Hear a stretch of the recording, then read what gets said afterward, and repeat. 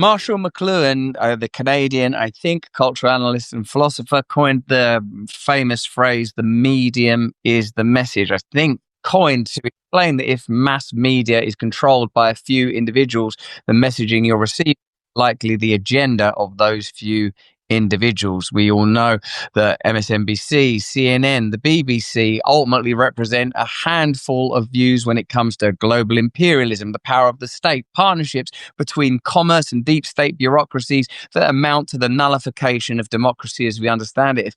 If the medium really is the message, these days media has changed radically, and Charlie Kirk is perhaps a martyr not just for Christianity or republicanism or conservatism, but for this new form of media where everybody can have a voice. Maybe it's a free market ideology where the best messaging will succeed, but maybe there are other factors too. Certainly Sage just expressed her concerns about her own young adult children receiving a good amount of their information from TikTok and from other short form platforms.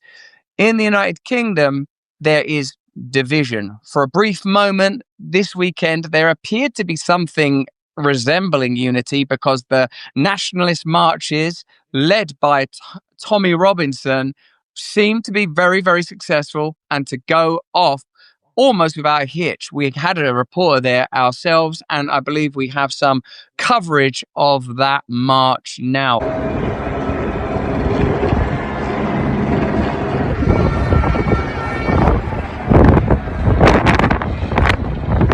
It was a very well attended march. My friend Joe went and he said that it was jubilant in the main. There was some solemnity and there was a celebration and honouring of Charlie Kirk was part of it.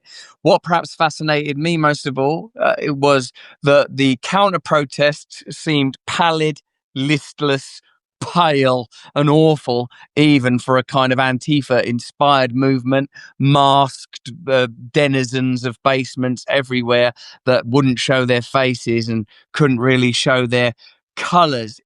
What's fascinating is Elon Musk appeared and spoke at that march, but via satellite or via some kind of link up, of course. And what's interesting is between Elon Musk and Tommy Robinson, you have perhaps in a way comparable to the certainly to the posthumous impact of Charlie Kirk in that Tommy Robinson is persona non grata in the UK. He's been jailed, he's been banned, he would be cancelled into oblivion were it not for the fact that Elon Musk has taken an interest in particular around his reporting about rape gangs in the United Kingdom and has reposted a lot of Tommy Robinson content.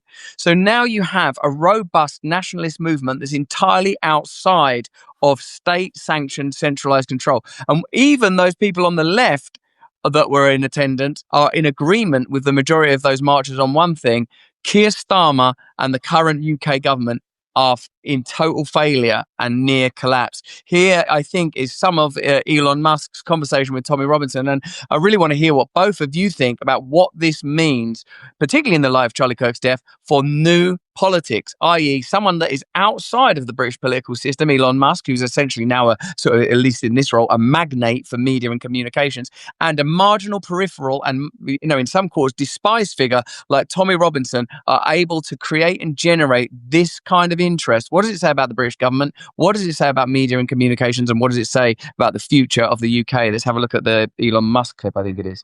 The government can obviously use whatever powers are available to suppress the people.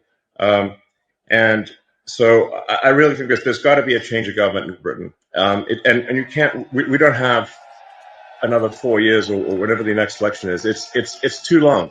There's genuine risk of rape and murder and the destruction of the country and dissolution of the entire way of life. If you weren't under a massive attack, then people should go about their business and just live their lives. But unfortunately, if the fight comes to you, you don't have a choice. So you have to rally all of the people of Britain to fight for the future. Let me ask and if this doesn't happen, there won't be a future. Are you ready to fight for your future, Britain? Fight for your future. Do it. Go. Will we be gagged any longer, Britain? Well, there you go. A bit of jingoism and excitement there. And Elon doing his excited persona, which is always brings some very particular feelings to the forefront for me. God love him, that glorious and magnificent nerd. Don't let Medicare mistakes cost you thousands or your health. Call Chapter now for free expert help. And Medicare costs are skyrocketing. According to Kiplinger, Medicare premiums, deductibles, and surcharges are set to soar starting in 2026, potentially draining your savings over the next decade. The Wall Street Journal projects Part D prescription drug premiums will jump, and the Medicare trustees report estimates Part B premiums could rise from $185 to over $206 in 2026, an 11% increase. Now, these are projections and are not completely official, but meanwhile, NBC Bay Area reports a record number of Americans are enrolling in Medicare, making it critical to act fast during the annual enrollment period. Because we are just weeks away from the annual enrollment period for Medicaid. Today in the Bays, Bob Riddell joining us live this morning. And Bob, I know for a lot of folks, choosing that right plan can really seem overwhelming. Correct. Good morning, Jim Marcus. We are talking about Medicare, and this year a record number of Americans, almost 4.2 million, will turn 65 and become eligible for coverage under the U.S. federal government's Medicare plan. The annual enrollment period starts October 15th, runs through December 7th. So this means this is not only for new enrollees who should be getting the information throughout the years they're turning 65, but for current enrollees who want to change coverage. So we spoke with United Healthcare, who reminds us that the choices can be overwhelming. New enrollees need to decide between cost and coverage. They need to balance those two issues. So when it comes to cost, how much do you want to pay in premiums, deductibles, copays, and coinsurance? And when it comes to coverage, do you need anything beyond the doctor visits and hospital care? What about coverage for things like drugs, dental, vision, and hearing? I would say that the most important thing for people to check is just that your doctors and your drugs are both covered. These are critical to people's lifestyle, to meeting their health goals, and ultimately with their satisfaction for the plan. So check the network, which is the list of covered hospitals and doctors that a plan has, and the formulary, the list of covered drugs. Again, the annual Medicare enrollment runs from October 15th through December 7th. You can find more online at usa.gov/Medicare. We'll post that link on our website at NBCBayArea.com. Reporting live, Bob Riddell. Back to you. AEP, October 15 to December 7. To secure the right plan for 2026, the dark side of waiting, folks, is a costly nightmare. Now, imagine this. You skip reviewing your Medicare plan because it's fine or it feels like a hassle to you. And then, boom, January 1 hits and your plan no longer covers your doctor, your critical medications, or that specialist you rely on. And I know that this has happened because you have told me. You've told me that in the past you've experienced these headaches, these hardships, and worse, you're stuck with higher premiums or out-of-pocket costs that eat into your fixed income, potentially thousands of dollars that you can't afford. And for some, delays could mean missing life-saving treatments due to uncovered services or unaffordable copays. Now, the American Journal of Managed Care warns that even Medicare's extensive coverage leaves seniors with substantial cost sharing, hitting low-income beneficiaries hardest. And with telehealth flexibilities expiring on the 30th of this month, the National Law Review states access to care could shrink if you're on the wrong plan. And procrastination could haunt you for years. Every year, millions of seniors stay on outdated plans, overpaying by an average of $1,100 or losing coverage for essential care.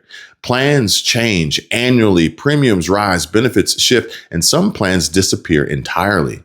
If you don't act during the AEP, you're locked into your choice until 2027, risking financial strain or gaps in care that could impact your health for years.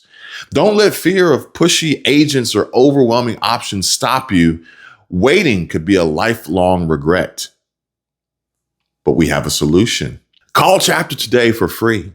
Trusted help. The Medicare annual enrollment period, October 15 through December 7, is your chance to take control.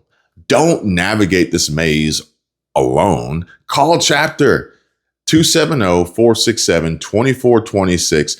Call Chapter for free advice, expert advice. Unlike pushy agents bombarding you with spam, Chapter's licensed advisors search every plan nationwide to find the best fit for your needs, saving seniors just like you an average of $1,100 a year, sometimes far more. In just 20 minutes, they'll review your current plan, confirm it's still right, or help you switch to one that covers your doctors, prescriptions, and budget. No pressure and no cost, just peace of mind and the potential at huge savings. Chapter offers unbiased expertise. I'm sure you guys know exactly what I'm talking about. As you've told me, you've called. As you've told me, you've heard about them on my wife's channel. As you've told me, you've seen them on Glenn Beck and Dave Ramsey. They're not tied to one insurer, so you get honest recommendations. They perform a comprehensive search. They analyze every Medicare Advantage Part D and Medigap plan to match your unique needs. Fast and stress-free, get clarity in under 20 minutes and avoid the AEP chaos. Proven savings. Think about it. It's like coming here and getting a fresh dose of all the latest news and information, helping you stay informed, educated, and prepare for what's coming next in a short, condensed 20-minute period. Proven savings. Seniors have saved big while securing coverage for critical care like hospital stays, outpatient services, and prescriptions. Act now. Don't risk your health or your wallet. And with Aetna expanding support for Medicare Advantage transitions and the latest about skilled nursing news and the AEP clock ticking, now's the time to act. Call Chapter. Call Chapter at 270-467-2426. Get your free consultation. Tell them Kevin sent you. Folks, time is of the essence during AEP, so don't wait. Whether you're new to Medicare, switching plans, or just want to confirm you're covered for 2026, Chapter's experts will guide you to the right plan, saving you money and protecting your health. Pick up the phone today. Call 270-467-2426 and let Chapter turn Medicare confusion into confidence. Your future self will thank you. Let's just be real, folks. Let's just lay it all out. This country's been through hell over the last few years, and even though the tide might finally be turning, does it feel like the fight is even close to being over? I mean, just think about what happened today. We've got leadership, President Trump, now that actually cares about the Constitution. The Trump administration, we have leadership that cares about our borders, about us, American workers, U.S. citizens. But the swamp didn't just pack up and leave just because an election didn't go their way. No, they wrote a book about it, and now they're packing up to leave. But that deep-rooted, unelected fucking machine that we have defeated so far, it's still grinding behind the scenes. Bureaucrats, legacy media, activist judges, alphabet agencies, lone shooters on a rooftop with anti-ICE inscribed on shell casings, all clinging to whatever control they can. They're still doing everything they can to stop real change, and they've got help from corporate lobbyists, foreign interests, and a generation of people trained to hate the country that gave them everything. So let me ask you, how much damage can a nation take before the center just gives out altogether? How many more social experiments can we allow to go on in our schools? How many more open borders, twisted laws, or two-tier justice systems can we tolerate before people say enough? Because we're not just dealing with bad policy anymore. This is cultural, it's spiritual, it's, as Tulsi Gabbard put it, existential. But here's the thing, and this is very important, folks. Americans are waking up, and that's a plus. That's a good thing. Not in the way the media tries to spin it, but just really simply waking up. You see, you can tell when you check out some of these school board meetings. I've got one I want to share with you. A school employee sent us an academic report with notes for my daughter's past and current teachers. But oddly, some of the teachers' notes talked about a boy, or at least referred to a boy's name and used male pronouns. I assumed this was a mistake. So I emailed the school employee to see if she had inadvertently included another child's information in the report, but she didn't respond. My husband and I discovered that the school, including the counselor that we had put so much trust in, was socially transitioning our daughter and hiding it from us. We later found out that teachers and staff had been treating our daughter as a boy without our knowledge.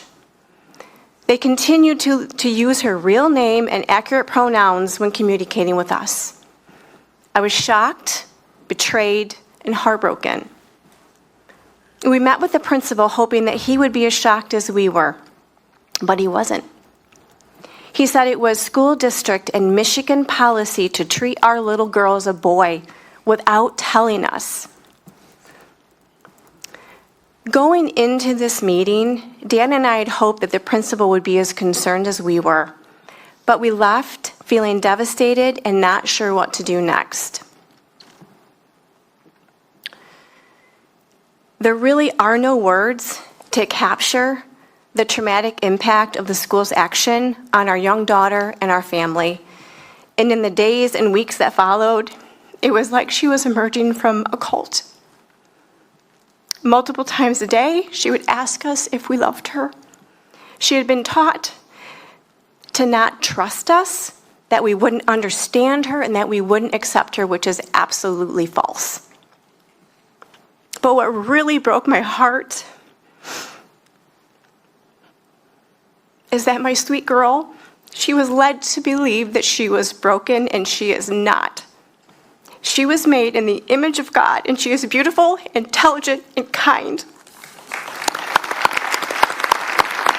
My son, 6 years old, was prohibited from sitting next to his friend on the school bus because a parent objected to my perspectives on book challenges. My older son's history teacher allowed students to label him a Nazi file simply for his interest in history and participation in ROTC. She later nominated my son as the most likely to become a dictator and had his classmates vote on it and try to force him to the front of the class to receive the certificate, which he rightly refused, all because of his conservative values and our perspectives. Thank you. Jane? You can tell at local elections, at the dinner table. I was just out to lunch with some friends, and you can overhear people just, talking. That's silent majority. Well, not so silent anymore, folks. And now there's a new energy, a pushback. People aren't waiting for Washington to fix everything. They're getting involved. They're running for office. They're pulling their kids out of broken schools, and they're choosing truth over narrative, even when it costs them. But we've got to ask the hard questions. What happens over the next year? What happens? Do these institutions dig in deeper, or do we push harder? What happens over the next 4 years? Do we restore the American spirit or lose it for good? The moment that we're in, it's not just another election cycle or soon to be. It's not just politics. This is about who we are as a nation. What we pass on to our kids, what we're willing to fight for. I just watched a little bit of Megyn Kelly and Matthew McConaughey, and I think he put it really well. That leads me to one of my favorite pieces in the book, which is on page 77. It's good man. And you write as follows. There's a difference between a good man and a nice guy. A good man stands for certain ideals. And when those beliefs are contested, a good man is not a nice guy.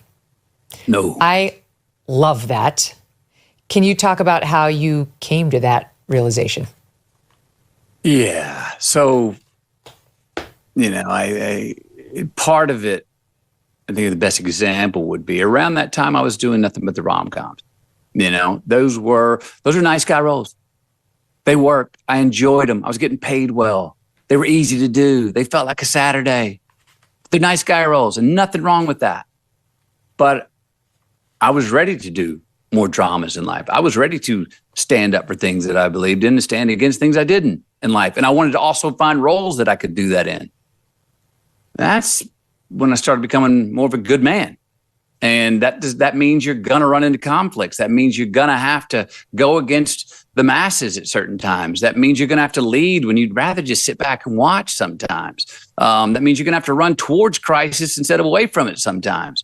That means you're not going to be popular. That means you're going to receive the blades in the back. And it's okay. It's easier too. I know for me, when my faith is stronger, because I can slough those things off because I'm going, no. I'm playing an immortal game here. That's the game I'm playing. Don't worry about the mortal game. Worry about the immortal game. So to have the courage to do that and what you stand for and don't stand for. And I always like to say this to people that are, as we're finding ourselves, especially young people, it's harder to say, oh, who am I and what do I want to do? It's easier to go, well, let's define who I'm not and what I don't want to do, and eliminate those people, places, and things and habits that we have in our life that are not paying us back. Get rid of those. And by sheer mathematics, you'll have more things in front of us that do feed us. And hey, we all got good wolves and bad wolves in us. It's our choice to which wolf we want to feed. I'm trying to do my best to feed the good wolf, knowing that the bad wolf's still hungry. Okay, speaking of the wolves. And so, yeah, there's hope, real hope, but only if we stay wide awake and act like this is the last chance we get, because if we don't do it now, then when?